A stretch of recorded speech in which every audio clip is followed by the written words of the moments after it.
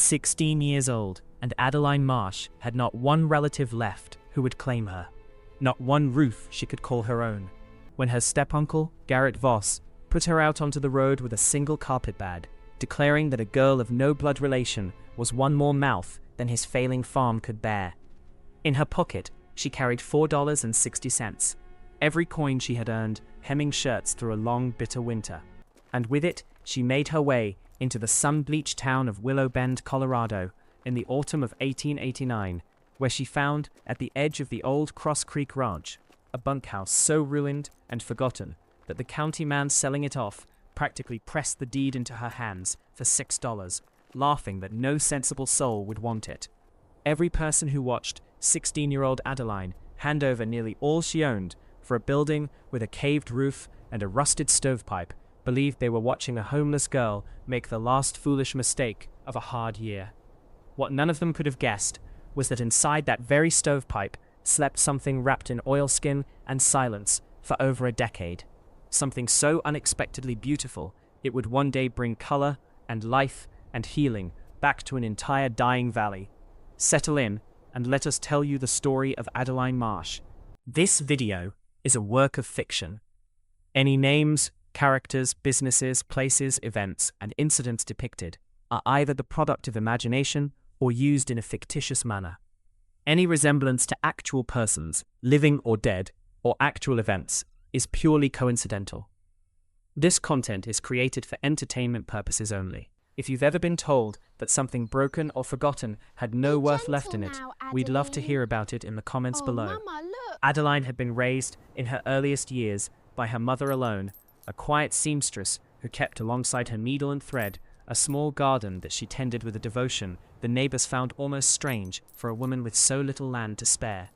Her mother used to say that anything neglected long enough could still be coaxed back to life if a person had the patience to kneel down and truly look at it.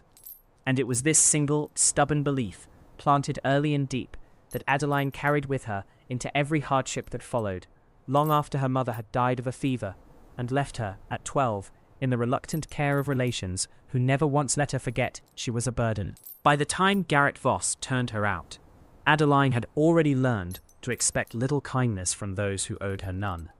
And so she did not weep on the road to Willow Bend.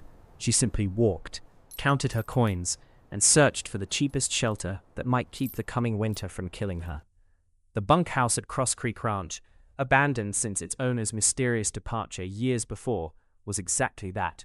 4 sagging walls, a door hanging loose on one hinge, and a stovepipe so choked with old soot and nesting debris that Adeline spent her first evening there simply trying to clear it enough to risk a fire, coughing in the gathering dark as she worked a long stick up into the flue. It was on the 3rd such evening, reaching higher than before, that her stick struck something that was not soot or twig, but solid and deliberate, wedged carefully into a hollow the original builder had left just above the damper. And when she finally worked it free, cold-fingered and breathless, she found a tin cylinder wrapped tightly in oilskin, sealed with wax gone brittle with age. Inside, pressed flat and preserved in careful layers of paper, lay dozens of dried rose petals in colors Adeline had never seen in any garden, a deep, impossible violet blue, and a gold so warm it seemed to hold sunlight even in the dim bunkhouse, along with a small paper packet of seeds and a letter, its ink faded but legible, signed by a woman named Rosalind Hartley. The letter explained, in a hand grown shaky toward its end, that Rosalind had spent 20 years cultivating a hardy, blight-resistant rose and apple orchard on this very land, breeding stock meant to save Willow Bend's failing orchards from the disease that had crippled the valley's economy, until the rancher who controlled the water rights, a man named Silas Corwin, forced her off her claim through false debts and threats, burning a recorded breeding notes and leaving her only enough time to hide these last living seeds before she vanished from the valley entirely. Adeline understood, reading that letter by firelight with trembling hands, that Silas Corwin, still very much alive and still the most powerful rancher in Willow Bend, had built his fortune on land and water stolen from a woman the town had simply been told had abandoned her claim, and that the very blight everyone blamed on bad luck had never been cured, because the one solution capable of ending it had been buried, quite literally, in silence. She did not rush. Through the long winter, Adeline nursed the seeds in jars along her windowsill, learning by careful trial the rhythms her mother had once taught her, while quietly asking the older townsfolk what they remembered of a horticulturist named Hartley. Their memories, once loosened, painted a portrait of a woman erased from Willowbend's history a little more with each passing year, and of orchards that had never fully recovered since her disappearance. When at last Adeline had seedlings strong enough to plant, and blossoms unmistakably matching the pressed petals in her tin, she brought her proof before the town council. The letter, the seeds now blooming defiantly in that impossible violet blue, and testimony from 3 elderly farmers who remembered Corwin's men riding out to Hartley's orchard the very autumn she vanished. Silas Corwin stood before the council and scoffed, calling Adeline a homeless girl chasing fairy tales for attention, but his composure faltered visibly when the county's original water rights ledger, once located, showed an erasure exactly where Rosalind Hartley's name should have stood, replaced crudely with his own. Faced with a living, blooming orchard as evidence no falsified ledger could argue against, and a town no longer willing to look away, Corwin's standing crumbled, not through violence or vengeance, but through the simple, undeniable weight of truth, finally allowed to flower. Adeline did not seek to punish Corwin further than the law and the town's judgment required, nor did she keep Hartley's orchard for herself alone.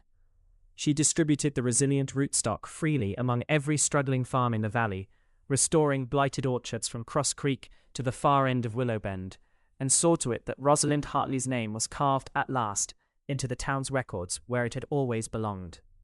Silas Corwin, stripped of the water rights he had stolen, was left to farm his remaining land like any other neighbor, no longer feared, simply forgotten, in the very way he had once tried to erase another.